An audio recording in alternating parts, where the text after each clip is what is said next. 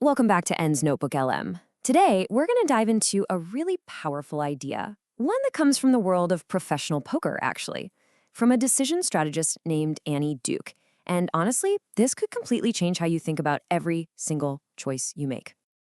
All right, to kick things off, let's go back to a moment that's pretty much frozen in sports history. I'm talking about a decision that, well, just about everyone called a colossal failure. So, picture this, Super Bowl XLIX. The Seattle Seahawks are literally 1 yard away from victory.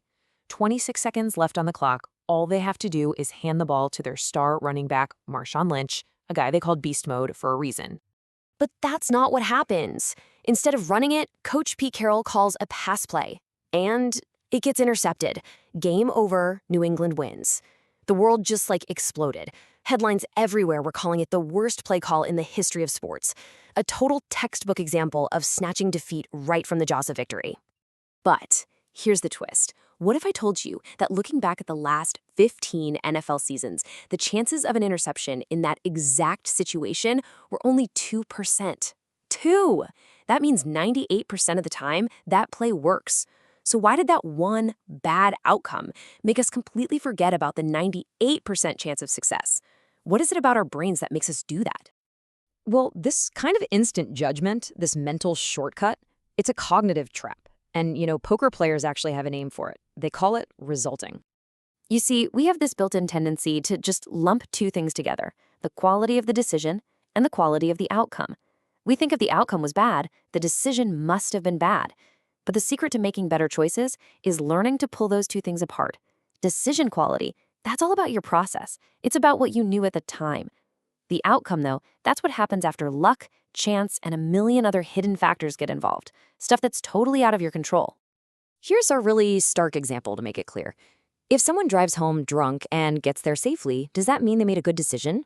Of course not, right? We all know that was a terrible decision that just happened to have a lucky outcome. We get it in that context, so why is it so hard for us to apply that same exact logic to other parts of our lives? And resulting has this annoying best friend called hindsight bias. You know, that little voice in your head after something goes wrong that says, I should have known that was going to happen. That's it. It's the thing that makes us look back and see a world full of probabilities, as if it was all perfectly predictable from the start. The father of game theory himself, John von Neumann, he got this completely. He basically argued that real life is messy. It's not some neat and tidy game of chess where everything is perfectly predictable. Think about it. In chess, all the information is right there on the board. There's almost no luck involved, so the better player is going to win pretty much every time. But life is a lot more like poker.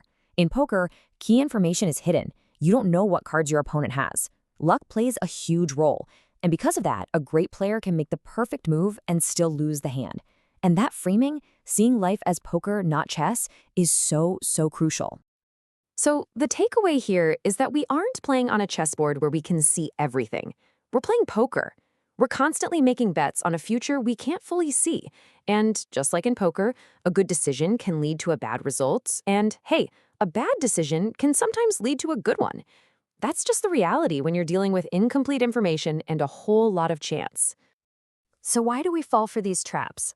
Well, it's kind of hardwired into us. Our brains operate with these two competing systems. There's system one, our fast, reflexive mind, the gut-feeling part that kept us from getting eaten by lions. And then there's system two, our slow, deliberate mind, the one that does the heavy lifting for complex choices. The problem is that fast, reflexive system one handles most of our day-to-day stuff. Why?